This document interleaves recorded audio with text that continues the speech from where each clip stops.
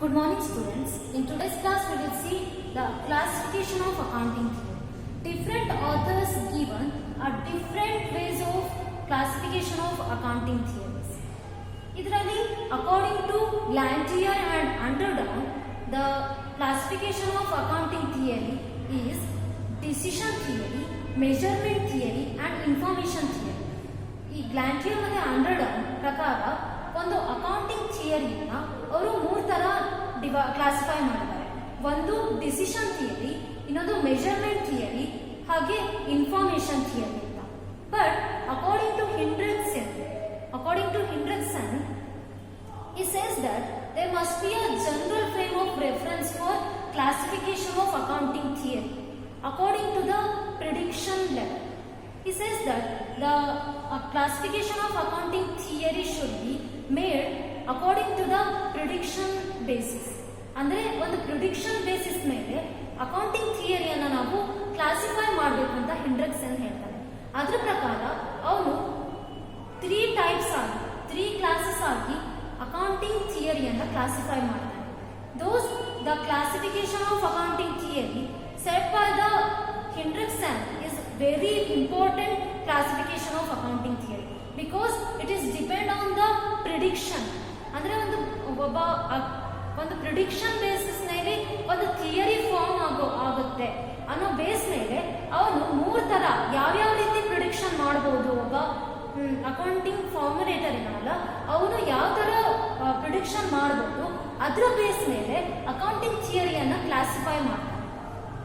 First ಅವನ ಪ್ರಕಾರ according to Hendrickson there are 3 classes. First one is structural theory, second one is interpretational theory and then behavioral theory. 3 types ಆಗಿ ಒಂದು theory accounting ಥಿಯರಿಯನ್ನು classify ಮಾಡ್ತಾನೆ. First one structural or syntactical theory, second one interpretational or semantical theory, then behavioral theory or pragmatic theory. First one structural theory or syntactical theory. In this theory, structural theory is also known as classical theory, traditional theory and then descriptive theory. ಇದನ್ನ ನಾವು structural ಥಿಯರಿಯನ್ನ ನಾವು descriptive theory, classical theory ಮತ್ತೆ traditional theory ಆಗಿ ಕೂಡ ನಾವು ಅದನ್ನ ಹೆಸರಿಸ್ತೀವಿ. Then next one, this structural theory attempts to explain the current accounting practices and then also predicts how accountants would react to certain situations and how they would report specific events. Even structural theory ಅನ್ನು ನಾವು 3 steps ಆಗಿ ನೋಡಿದ್ರೆ ಏನೇನು structural ಥಿಯರಿಯಲ್ಲಿ ಯಾವ ರೀತಿ work ಆಗುತ್ತೆ ಅಂತ ನೋಡಿದ್ರೆ, ಫಸ್ಟ್ ಒಬ್ಬ ಫಾರ್ಮುಲೇಟರ್, ಅಕೌಂಟಿಂಗ್ ಫಾರ್ಮುಲೇಟರ್ ಏನಿರ್ತಾನೆ ಅವ್ನು first he will explain the accounting theory, ಒಂದು ಅಕೌಂಟಿಂಗ್ ಪ್ರಾಕ್ಟೀಸಸ್. ಅಂದ್ರೆ ಒಬ್ಬ ಅಕೌಂಟೆಂಟ್ಸ್ ಏನ್ ಬಿಸ್ನೆಸ್ ಟ್ರಾನ್ಸಾಕ್ಷನ್ ಯಾವ ಮೆಥಡ್ಸ್ ಅಲ್ಲಿ ಫಾಲೋ ಮಾಡ್ತಿದ್ದಾನೆ ಒಂದು ಬಿಸ್ನೆಸ್ ಅಲ್ಲಿ, ಅದನ್ನ ಈ ಮೆಥಡ್ಸ್ ಈ ರೀತಿ ಫಾಲೋ ಆಗ್ತಿದೆ ಅನ್ನೋದನ್ನ ಎಕ್ಸ್ಪ್ಲೇನ್ ಮಾಡುವಂತಹ ವರ್ಕ್ ಅನ್ನ ಸ್ಟ್ರಕ್ಚರಲ್ ಥಿಯರಿ ಮಾಡುತ್ತೆ. Then it predicts how accountants would react to certain situations.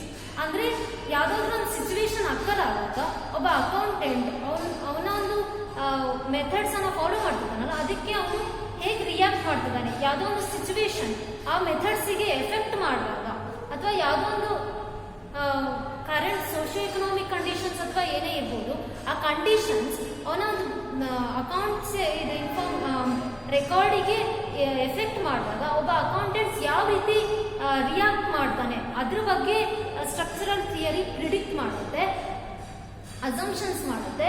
Then also how they would report specific events. ಅಂದ್ರೆ ಒಂದು ಸ್ಪೆಸಿಫಿಕ್ ಈವೆಂಟ್ ಫಸ್ಟಿಗೆ ಅವರು ಪ್ರಿಡಿಕ್ಟ್ ಮಾಡ್ತಾರೆ, ಸರ್ಟನ್ ಸಿಚುವೇಶನ್ ಮುಂದೆ ಇಂಥ ಈವೆಂಟ್ಸ್ ಬರುತ್ತೆ, ಅವಾಗ ಒಬ್ಬ ಅಕೌಂಟೆಂಟ್ಸ್ ಹೇಗೆ ರಿಯಾಕ್ಟ್ ಮಾಡ್ಬೋದು ಅನ್ನೋದನ್ನ ಪ್ರಿಡಿಕ್ಟ್ ಮಾಡ್ತಾರೆ.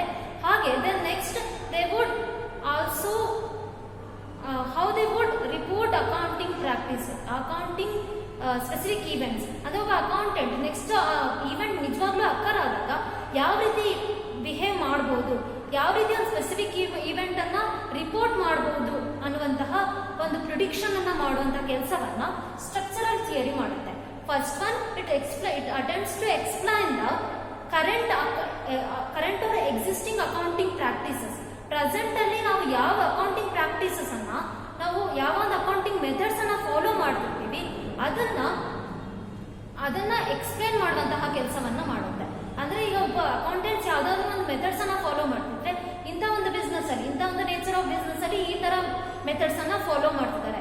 ಈಗ ಒಂದು ನೇಚರ್ ಆಫ್ ಬಿಸ್ನೆಸ್ ಅಲ್ಲಿ ಕ್ಯಾಶ್ ಬೇಸಿಸ್ ಅನ್ನ ಫಾಲೋ ಮಾಡ್ತಿದ್ದಾರೆ, ಇನ್ನೊಂದು ಟೈಪ್ಸ್ ಆಫ್ ಇದರಲ್ಲಿ ಅಕ್ರೂವಲ್ ಬೇಸಿಸ್ ಅನ್ನ ಯೂಸ್ ಮಾಡ್ತಿದ್ದಾರೆ. ಈ ತರ ಎಕ್ಸ್ಪ್ಲೈನ್ ಮಾಡುವಂತಹ ಕೆಲಸವನ್ನ ಅಷ್ಟೇ ಮಾಡುತ್ತೆ. ದೆನ್ ಆಲ್ಸೋ ಪ್ರಿಡಿಕ್ಷನ್ ಮಾಡುತ್ತೆ. ಮುಂದೆ ಒಬ್ಬ ಅಕೌಂಟೆಂಟ್ಸಿಗೆ ಯಾವುದೋ ಒಂದು ಸಿಚುವೇಶನ್ ಅಕ್ಕರ್ ಆದಾಗ ಅವ್ನು ಹೇಗೆ ರಿಯಾಕ್ಟ್ ಮಾಡಬಹುದು, ಆ ಸ್ಪೆಸಿಫಿಕ್ ಈವೆಂಟ್ಸ್ ಅನ್ನ ಯಾವ ರೀತಿ ರಿಪೋರ್ಟ್ ಮಾಡಿ ಯಾವ ಮೆಥಡ್ಸ್ ಅನ್ನ ಯೂಸ್ ಮಾಡಬಹುದು ಅನ್ನುವಂತಹ ಪ್ರಿಡಿಕ್ಷನ್ ಅನ್ನ ಮಾಡುವಂತಹ ಕೆಲಸವನ್ನ ಸ್ಟ್ರಕ್ಚರಲ್ ಥಿಯರಿ ಮಾಡುತ್ತೆ. Then this accounting theory relates to structure of the data collection process and financial report. ಈ ಥಿಯರಿ ಯಾವಾಗಲೂ ಒಂದು ಡಾಟಾ ಕಲೆಕ್ಷನ್, ಇನ್ಫಾರ್ಮೇಶನ್ ಅನ್ನ ಕಲೆಕ್ಟ್ ಮಾಡುವಂತಹ ಕೆಲಸವನ್ನ ಮಾಡುತ್ತೆ. ಅಂದ್ರೆ ಯಾವ ಒಂದು ಈಗ ಪ್ರೆಸೆಂಟ್ ವರ್ಲ್ಡ್ ಅಲ್ಲಿ ಯಾವ ಒಂದು ಅಕೌಂಟಿಂಗ್ ಪ್ರಾಕ್ಟೀಸಸ್ ನಡೀತಿದೆ ಅದ್ರ ಬಗ್ಗೆ ಇನ್ಫಾರ್ಮೇಶನ್ ಅನ್ನ ಕಲೆಕ್ಟ್ ಮಾಡೋದು, ಹಾಗೆ ಮುಂದೆ ಬರುವಂತಹ ಸಿಚುವೇಶನ್ಸ್ ಅನ್ನ ಪ್ರಿಡಿಕ್ಟ್ ಮಾಡಿ ಅದಕ್ಕೆ ಅಕೌಂಟೆಂಟ್ಸ್ ಯಾವ ರೀತಿ ರೆಡಿ ಆಗಿರ್ತಾನೆ, ಯಾವ ರೀತಿ ಇರಬಹುದು ಅನ್ನೋಂತಹ ಪ್ರಿಡಿಕ್ಷನ್ ಮಾಡ್ತಾನೆ. ಅಥವಾ ಒಬ್ಬ ಅಕೌಂಟೆಂಟ್ ಯಾವ್ದೊಂದು ಸ್ಪೆಸಿಫಿಕ್ ಈವೆಂಟ್ಸ್ ಅಲ್ಲಿ ಯಾವ ತರ ರಿಯಾಕ್ಟ್ ಮಾಡ್ದ ಅನ್ನುವಂತಹ ಒಂದು ಸಿಚುವೇಶನ್ ಅನ್ನ ಎಕ್ಸ್ಪ್ಲೇನ್ ಮಾಡುವಂತಹ ಕೆಲಸವನ್ನ ಸ್ಟ್ರಕ್ಚರಲ್ ಥಿಯರಿ ಮಾಡುತ್ತೆ. ಸ್ಟ್ರಕ್ಚರಲ್ ಥಿಯರಿ ಏನಿದೆ ಇದು ಜಸ್ಟ್ ಡಿಸ್ಕ್ರೈಬ್ ಮಾಡುವಂತಹ ಕೆಲಸವನ್ನು ಮಾಡುತ್ತೆ. ಒಬ್ಬ ಅಕೌಂಟೆಂಟ್ಗೆ ನೀನು ಈ ಒಂದು ಸಿಚುವೇಶನ್ ಅಕ್ಕರ್ ಆದ್ರೆ ಇಂಥ ಒಂದು ಮೆಥಡ್ಸ್ ಅನ್ನೇ ಯೂಸ್ ಮಾಡಬೇಕು. ಈಗ ನೀನು ಡಿಪ್ರಿಸಿಯೇಷನ್ ಅಲ್ಲಿ ಸ್ಟ್ರೈಟ್ ಲೈನ್ ಮೆಥಡ್ ಅನ್ನೇ ಯೂಸ್ ಮಾಡಬೇಕು, ಅಥವಾ ಸ್ಟ್ರೈಟ್ ಲೈನ್ ಮೆಥಡ್ ಅನ್ನೇ ಯೂಸ್ ಮಾಡಬೇಕು. ವ್ಯಾಲ್ಯೂಯೇಷನ್ ಆಫ್ ಸ್ಟಾಕ್ ಅಲ್ಲಿ ಫಿಫೋ ಮೆಥಡ್ ಅನ್ನೇ ಯೂಸ್ ಮಾಡಬೇಕು ಅನ್ನುವಂತಹ ಒಂದು ಇದನ್ನ ರಿಸ್ಟ್ರಿಕ್ಷನ್ ಅನ್ನ ಹಾಕಲ್ಲ. ಬಟ್ ಅಟ್ ಪ್ರೆಸೆಂಟ್ ಒಂದು ವರ್ಲ್ಡ್ ಅಲ್ಲಿ ಯಾವ ಒಂದು ಮೆಥಡ್ ಅನ್ನ ಫಾಲೋ ಮಾಡ್ತಿರ್ತಾರೆ ಅದನ್ನ ಜಸ್ಟ್ ಎಕ್ಸ್ಪ್ಲೇನ್ ಮಾಡುವಂತಹ ಕೆಲಸವನ್ನ ಸ್ಟ್ರಕ್ಚರಲ್ ಥಿಯರಿ ಮಾಡುತ್ತೆ.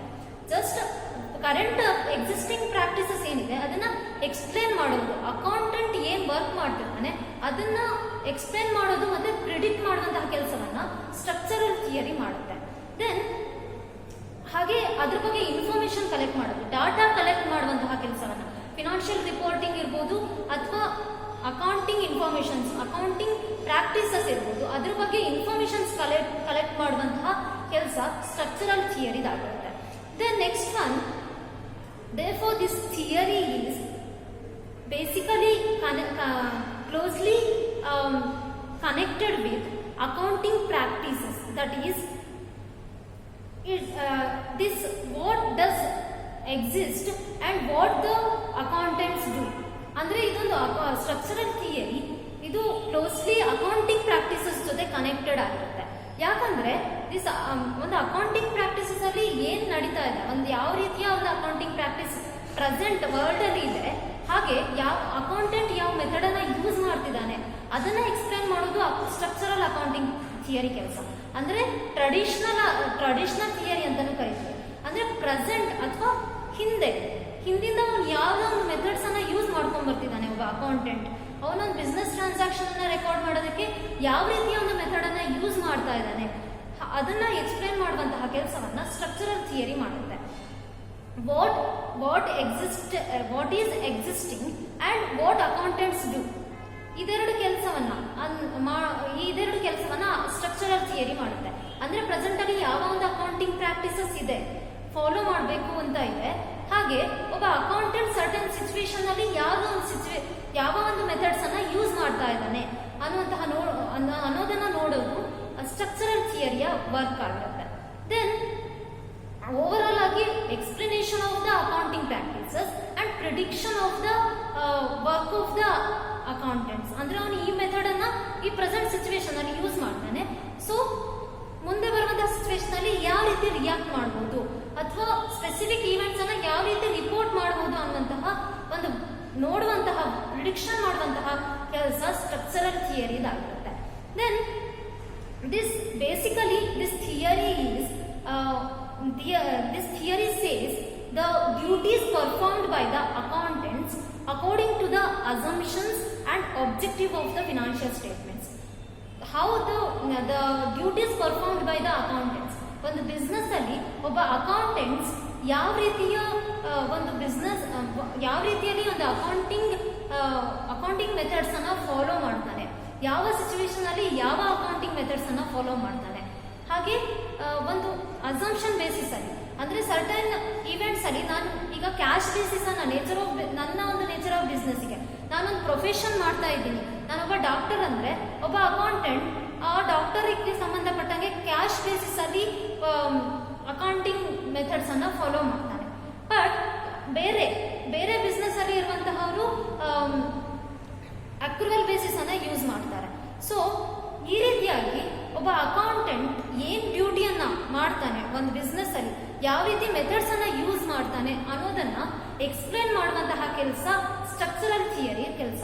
ಅಂದ್ರೆ ಅದು ಅಕೌಂಟೆಂಟಿಗೆ ಸಜೆಸ್ಟ್ ಮಾಡಲ್ಲ ನೀನ್ ಯಾವ ತರ ವರ್ಕ್ ಮಾಡಬೇಕು ಅನ್ನೋದನ್ನ, ಬಟ್ ಅವ್ನು ಏನ್ ವರ್ಕ್ ಮಾಡ್ತಾನೋ ಅದನ್ನ ಜಸ್ಟ್ ವರ್ಲ್ಡ್ಗೆ ಈ ತರ ಒಂದು ಬಿಸ್ನೆಸ್ ಅಲ್ಲಿ ಅಕೌಂಟೆಂಟ್ಸ್ ಈ ತರ ಮೆಥಡ್ಸ್ ಅನ್ನ ಈ ತರ ಸಿಚುವೇಶನ್ ಅಲ್ಲಿ ಈ ತರ ಮೆಥಡ್ಸ್ ಅನ್ನ ಫಾಲೋ ಮಾಡ್ತಾರೆ ಅನ್ನೋದನ್ನ ಎಕ್ಸ್ಪ್ಲೇನ್ ಮಾಡುವಂತಹ ಕೆಲಸ ಮಾತ್ರ ಸ್ಟ್ರಕ್ಚರಲ್ ಥಿಯರಿ ಆಗಿರುತ್ತೆ.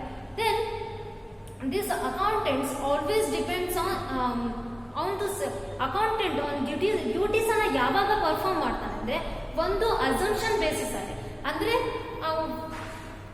ಅವನ ಒಂದು ಅಸಂಪ್ಷನ್ಸ್ ಅಲ್ಲಿ ಅಂದ್ರೆ ಈ ಒಂದು ಮೆಥಡ್ಸ್ ಅನ್ನ ನಾನು ಈ ಇವೆಂಟ್ ಅಲ್ಲಿ ಯೂಸ್ ಮಾಡಿದ್ರೆ ನನಗೆ ಈಸಿ ಆಗುತ್ತೆ, ಅಂದ್ರೆ ಒಬ್ಬ ಎಕ್ಸ್ಟರ್ನಲ್ ಯೂಸರ್ಸ್ ಯಾರಿರುತ್ತೆ ಅವರಿಗೆ ಅರ್ಥ ಮಾಡ್ಕೊಳೋದಕ್ಕೆ ಈಸಿ ಆಗುತ್ತೆ ಅಂತ ಅವನು ಡಿಪ್ರಿಸಿಯೇಷನ್ ಮೆಥಡ್ ಅನ್ನ WDV ಮೆಥಡ್ ಅಲ್ಲೇ ಯೂಸ್ ಮಾಡ್ತಾನೆ, ರಿಟರ್ನ್ ಡೌನ್ ವ್ಯಾಲ್ಯೂಲೇ ಯೂಸ್ ಮಾಡ್ತಾನೆ. ಕಂಟಿನ್ಯೂಸ್ ಆಗಿ ಒಂದೇ ಸ್ಟ್ರೈಟ್ ಲೈನ್ ಮೆಥಡ್ ಅಲ್ಲಿ ಕಂಟಿನ್ಯೂಸ್ ಆಗಿ ಒಂದೇ ಅಮೌಂಟ್ ಅನ್ನ ಡಿಪ್ರಿಸಿಯೇಷನ್ ಮಾಡಿಬಿಟ್ಟು ಅವನು ರಿಟರ್ನ್ ಡೌನ್ ವ್ಯಾಲ್ಯೂ ಮೆಥಡ್ ಅಲ್ಲಿ ಮಾಡ್ತಾನೆ.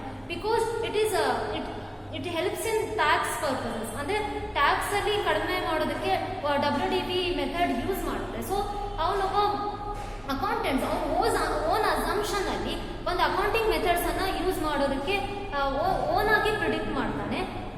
ಹಾಗೆ according to the objective of the financial statements, ಅಂದ್ರೆ ಒಂದು ಮ್ಯಾನೇಜ್ಮೆಂಟ್ ಅಥವಾ ಡೈರೆಕ್ಟರ್ಸ್ ಹೇಗೆ ಸಜೆಸ್ಟ್ ಮಾಡ್ತಾರೋ ಅವರಿಗೆ ಒಂದು ಫಿನಾನ್ಷಿಯಲ್ ಸ್ಟೇಟ್ಮೆಂಟ್ ಯಾವ ಆಬ್ಜೆಕ್ಟಿವ್ ಬೇಕಾಗಿರುತ್ತೆ. ಅಂದ್ರೆ ಮ್ಯಾನೇಜ್ಮೆಂಟ್ಗೆ ಒಬ್ಬ ಓನರ್ಸಿಗೆ ಅವರು ನಾವು ಎಷ್ಟು ಮಟ್ಟಿಗೆ ಅಸೆಟ್ ಅನ್ನ ಮ್ಯಾನೇಜ್ ಮಾಡ್ತಿದ್ವಿ ಆ ಬೇಸ್ ಮೇಲೆ ಅವರು ಒಂದು ಅಕೌಂಟ್ಸ್ ಅನ್ನ ಓನರ್ಸ್ಗೆ ತೋರಿಸಬೇಕಾಗುತ್ತೆ. But directors always concerned about the shareholders. They have to show the financial reports or financial statements to shareholders.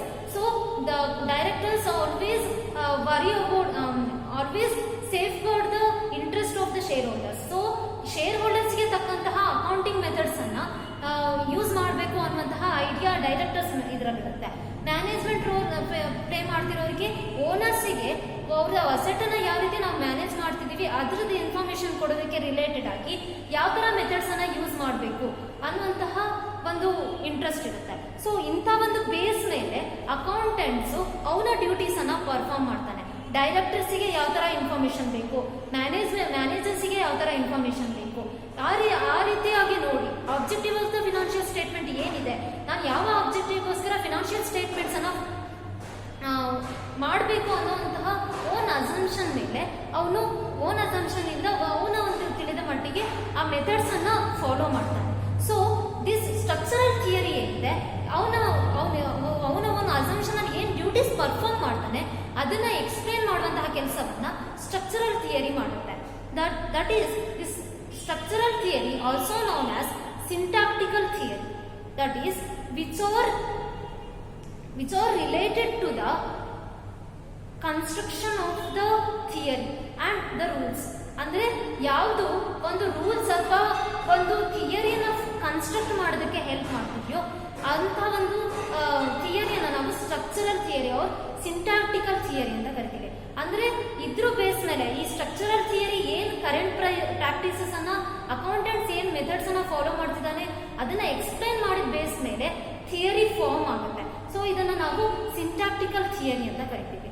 This structure theory is the result of recording business transaction as they take place. ಅಂದ್ರೆ ಇದು structural theory just helps in the helps or explains the recording of the business transaction done by the accountants. Accountants ಏನ್ record ಮಾಡಿರ್ತಾನೆ, ಏನ್ business transaction ಅನ್ನ ಯಾವ methods ಅಲ್ಲಿ record ಮಾಡಿರ್ತಾನೆ ಅದನ್ನ ಅದರದ ಒಂದು ರಿಸಲ್ಟ್ ಅನ್ನ ಶೋ ಮಾಡೋದಷ್ಟೇ ಸ್ಟ್ರಕ್ಚರಲ್ ಥಿಯರಿಯ ವರ್ಕ್ ಆಗಿರುತ್ತೆ. Then advantages of the accounting theory, that is these theories are most desirable to obtain greater insight into the accounting practices. That is, ಈ ಥಿಯರಿಯನ್ನು ನಾವು ಪ್ರೆಸೆಂಟ್ ಅಕೌಂಟಿಂಗ್ ಥಿಯರಿಯನ್ನು ಇವ್ಯಾಲ್ಯೂಯೇಟ್ ಮಾಡೋದಕ್ಕೆ, ಪ್ರೆಸೆಂಟ್ ಅಕೌಂಟಿಂಗ್ ಥಿಯರಿಲಿ ಇರುವಂತಹ advantages ಮತ್ತೆ drawbacks ಏನಿದೆ ಅದನ್ನ ನೋಡೋದಕ್ಕೆ ಈ ಸ್ಟ್ರಕ್ಚರಲ್ ಥಿಯರಿಯನ್ನು ನಾವು ಯೂಸ್ ಮಾಡ್ತೀವಿ.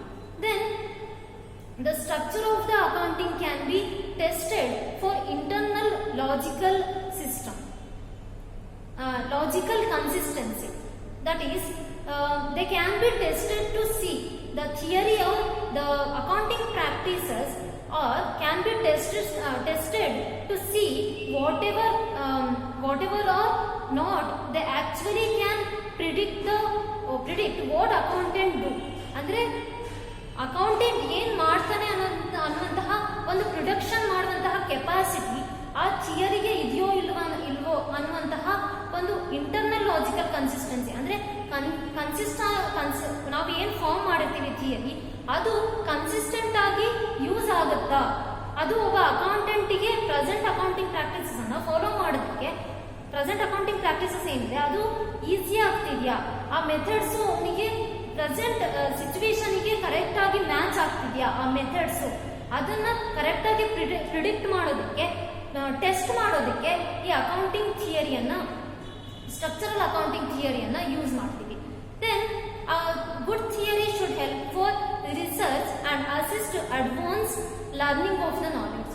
ಅಂದ್ರೆ if there is a good structural theory, ಅದು ಒಂದು ರಿಸರ್ಚ್ ಅಥವಾ ಇನ್ವೆಸ್ಟಿಗೇಷನ್, ಯಾವುದಾದ್ರು ಫ್ರಾಡ್ಸ್ ಇರ್ಬೋದು ಅಥವಾ ಪ್ರೆಸೆಂಟ್ ಅಕೌಂಟಿಂಗ್ ಪ್ರಾಕ್ಟೀಸಸ್ ಅನ್ನ ಇವ್ಯಾಲ್ಯೂಯೇಟ್ ಮಾಡೋದಕ್ಕೆ ಈ ಸ್ಟ್ರಕ್ಚರಲ್ ಥಿಯರಿ ಏನಿದೆ ಅದು ಚೆನ್ನಾಗಿ ಅಕೌಂಟಿಂಗ್ ಪ್ರಾಕ್ಟೀಸಸ್ ಅನ್ನ ಎಕ್ಸ್ಪ್ಲೇನ್ ಮಾಡೋದ್ರಿಂದ ಇದು ರಿಸರ್ಚ್ಗೆ ಹೆಲ್ಪ್ ಮಾಡುತ್ತೆ.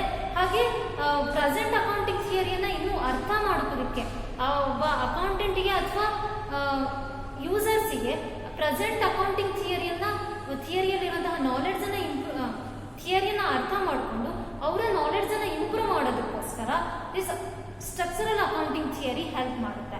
Then disadvantages of the structural theory. This traditional theory may not reflect the real business situations or phenomenon. ಅಂದ್ರೆ ಈ ಪ್ರೆಸೆಂಟ್ ಟ್ರೆಡಿಷನಲ್ ಥಿಯರಿ ಏನಿದೆ ಮುಂದೆ ಬರುವಂತಹ ರಿಯಲ್ ಬಿಸ್ನೆಸ್ ಸಿಚುವೇಶನ್ಸ್ ಅನ್ನ ಜಸ್ಟ್ ಪ್ರಿಡಿಕ್ಟ್ ಮಾಡುತ್ತಷ್ಟೇ. ಬಟ್ ಆ ಸಿಚುವೇಶನ್ ಬಂದಾಗ ಇವ್ರು ಮಾಡಿರುವಂತಹ ಥಿಯರಿ ಏನು ಫಾರ್ಮ್ ಮಾಡಿರ್ತಾರೆ ಅದು ಯೂಸ್ ಆಗುತ್ತೋ ಇಲ್ವೋ ನಮಗೆ ಗೊತ್ತಿರಲ್ಲ. Because it is depend on history. ಅಂದ್ರೆ ನಾವು ಹಿಂದೆ ಯಾವುದೋ ಒಂದು ಅಕೌಂಟಿಂಗ್ ಪ್ರಾಕ್ಟೀಸ್ ಬೇಸ್ ಮೇಲೆ ಮುಂದೆ ಬರುವಂತಹ ಸಿಚುವೇಶನ್ ಅನ್ನ ನಾವು ಪ್ರಿಡಿಕ್ಟ್ ಮಾಡಿರ್ತೀವಿ. ಬಟ್ ನಾವು ರಿಯಲ್ ಬಿಸ್ನೆಸ್ ಸಿಚುವೇಶನ್ಸ್ ಅನ್ನ ಅಥವಾ ಫೆನೋಮಿನನ್ನ ನಾವು ಪ್ರಿಡಿಕ್ಟ್ ಮಾಡಿರಲ್ಲ, ಅಂದ್ರೆ ನಾವು ಫೇಸ್ ಮಾಡಿರಲ್ಲ.